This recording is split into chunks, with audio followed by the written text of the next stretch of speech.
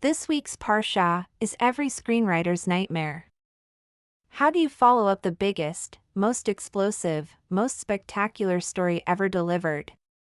Last week, we received the 10 Commandments. What might the Torah do for an encore? The answer is strange, stunning, and spectacular. It's a parsha that swiftly and seamlessly casts aside Moses and Aaron and shifts the focus, for the first time in Torah, from bigger-than-life protagonists to the real heroes of the Torah. All of us.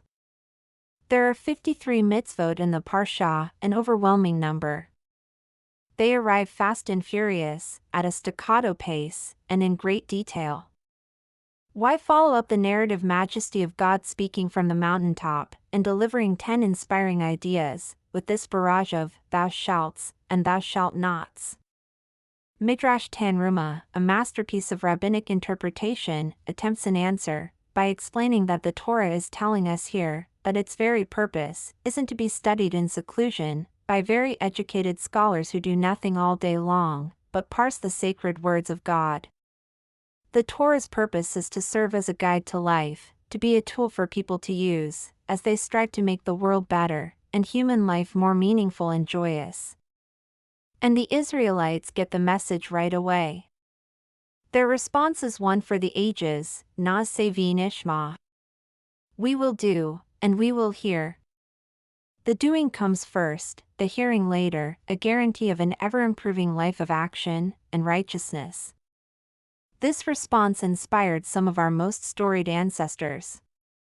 One time, the story goes, a student came to the great 19th century sage, the Kotzker Rebbe, to discuss this verse.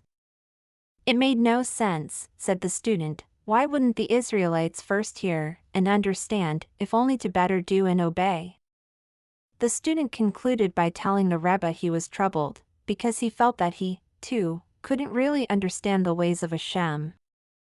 A God I could understand, the Kotzker Rebbe quipped, I would not be able to believe in. That's a very apt summary for Parashat Mishpatim. Let us learn its many mitzvot, but let us also remember that our job is to do first, and only then understand, because when we act according to God's words, we make the world both holier and more whole.